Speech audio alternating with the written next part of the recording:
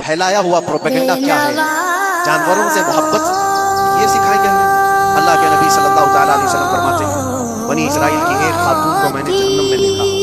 اس بنیاد پر فرماتے ہیں وہ عبادت گزار تھی، زاہدہ تھی، پرہیزگار تھی، لیکن ایک بلی پالی ہوئی تھی اور اس نے کبھی عبادت کرنی ہوتی تو دو دن تین دن تک اپنے کمرے میں گوشہ نشین ہو جاتا تھا اکیلی، اور اس نے اپنی بلی کو ایک جگہ پر گلے سے رسی لگا کر باندھ دی اور 3 دن تک وہ اپنی عبادت میں مصروف ہوئی، اور 3 دن کے بعد اسے خیال آیا تو جا کر دیکھی بلی مر چکی تھی۔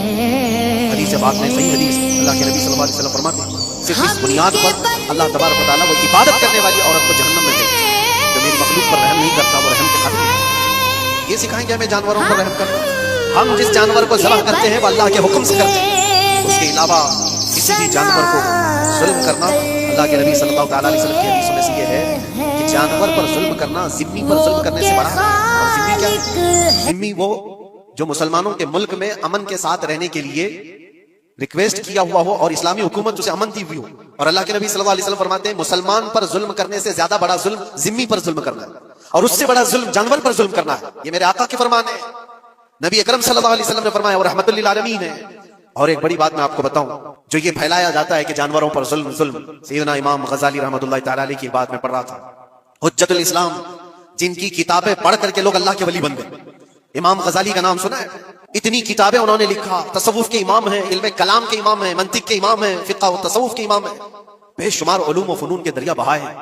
اس حجت الاسلام امام غزالی رحمۃ اللہ علیہ کے انتقال کے بعد ان کے بھائی نے ان کو خواب میں دیکھا اور پوچھا آپ کے ساتھ اللہ نے کیا معاملہ فرمایا؟ امام غزالی فرماتے اللہ نے مجھے بخش دیا، میری لکھی ہوئی کتابیں، میری عبادتیں، ہزاروں کو جو میں نے پڑھایا وہ شاگرد، یہ ساری چیزوں کی وجہ سے نہیں، بس ایک کام کی وجہ سے۔ پوچھا وہ کون سا کام؟ کہا ایک بار میں کتاب لکھ رہا تھا اور سیاہی میں قلم ڈبو کر کے لکھا جاتا تھا، اور سیاہی جو بنتی تھی وہ پھلوں کے رس سے نکال کر، اور لکڑی کا قلم اس میں ڈبو کر کے لکھا جاتا تھا۔